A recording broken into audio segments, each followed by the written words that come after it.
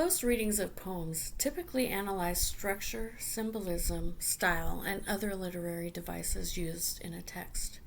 Readers can perform a close reading of a text with attention, annotation, and analysis. First, choose a text that's interesting or maybe even conflicting, and read the text, paying attention to your first reactions and impressions. No images or lines that stand out to you as a reader. Then, at the next stage, it's appropriate to annotate your findings at each break of the text. As you read the text line by line, pay attention to breaks or stanzas. Note the terms you don't understand for further study. Next, analyze these findings, discussing major themes and ideas of the text, and finding examples from the text that support your findings. Finally, in a close reading, wrap up the entire text with a general conclusion. As an example, I have chosen Sound and Sense by Alexander Pope, first annotating my findings based on natural breaks in the poem.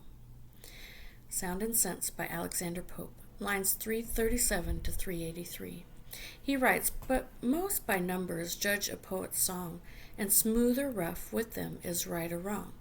Numbers here refer to rhyme and meter, and he uses alliteration of the words rough, right, and wrong to play to the poem's smoothness. Pope says, "In the bright muse, though thousand charms conspire, her voice is all these tuneful fools admire." Here is a jab at those who only listen to the rhyme of poems. He continues, "Who haunt Parnassus but to please their ear, not mend their minds as some to church repair. Not for the doctrine but the music there, the equal syllables alone require." There is purposeful lack of rhyming pattern here, and Parnassus is a muse and a synonym for poetry. He's saying people who listen to poetry listen only to the music and don't find meaning in the poetry. He continues, "Though often the ear the open vowels tire, while expletives their feeble aid do join." These lines, again, do not rhyme, and the expletives mentioned are not curse words, but words or phrases that fill out a sentence or metrical line without adding anything to the sense of it. He writes, "And 10 low words often creep in one dull line, while they ring around the same varied chimes, with sure returns of still expected rhymes." There are 10 words in this first line that don't add to the message of the poem, and then 10 syllables in the following lines, which are perfect iambic pentameter, which is expected of the Restoration era in which he's writing. Pope continues, "Wherever you find the cooling western breeze, and the next time it whispers through the trees, if the crystal streams with pleasing murmurs creep, the readers threaten, not in vain, with sleep." Rhyming with the word ease here is no accident. The expected words of these lines are lulling readers to sleep. Though it sounds pretty, it does not engage the reader and it lacks originality. Again he writes, "Then at the last and only couplet fraught with some unmeaning thing they called a thought." This should make the reader laugh because it's so ironic. He says that some writers include couplets that don't even make sense. He continues, "A needless Alexandrine ends the song, that, like a wounded snake, drags its slow length along." Alexandrine means a line of 6 metrical feet, and here it varies the pace of the mechanics of the poem. The following line that follows is Alexandrine, and the wounded snake is likened to causing a painful experience for the reader, all for the sake of meter.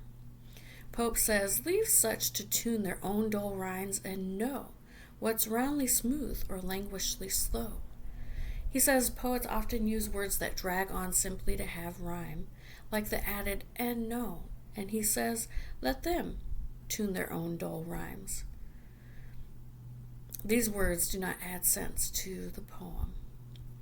He writes, "And praise the easy vigor of a line where Denham's strength and Waller's sweetness join." These lines do not rhyme, but they use diversity of poets and introduce a new topic of good poetry. And then here are some of Pope's most famous lines. "True ease in writing comes from art, not chance, as those move easiest who have learned to dance." Here poetry is art. And he says that true artists have mastered it.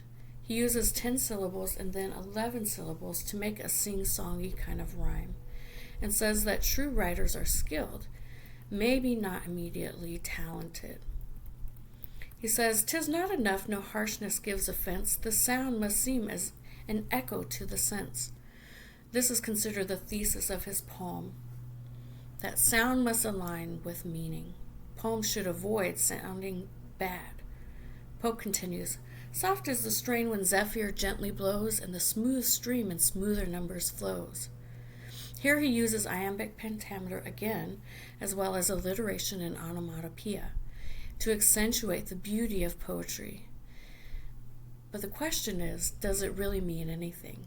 He again writes, "But when loud surges the sounding shore, the hoarse, rough verse should like the torrent roar." This is an example of what he is saying. Harshness is extraneous. Pope says, "When Ajax strives some rocks fast weight to throw, the line too labors, and the words move slow." He uses one line as an example of the other line. He says that the line is too wordy and tedious.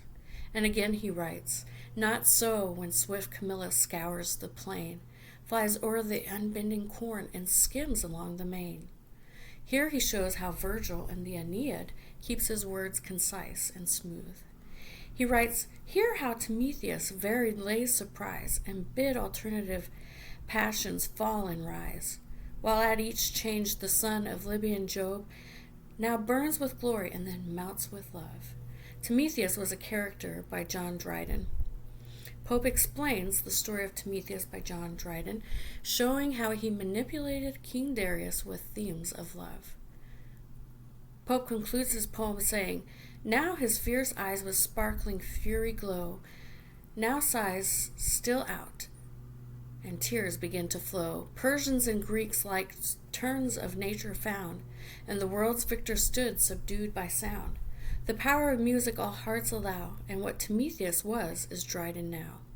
He recognizes that all people are moved by music, even the great among us, and says that Dryden was a master, as was his own character at influencing others.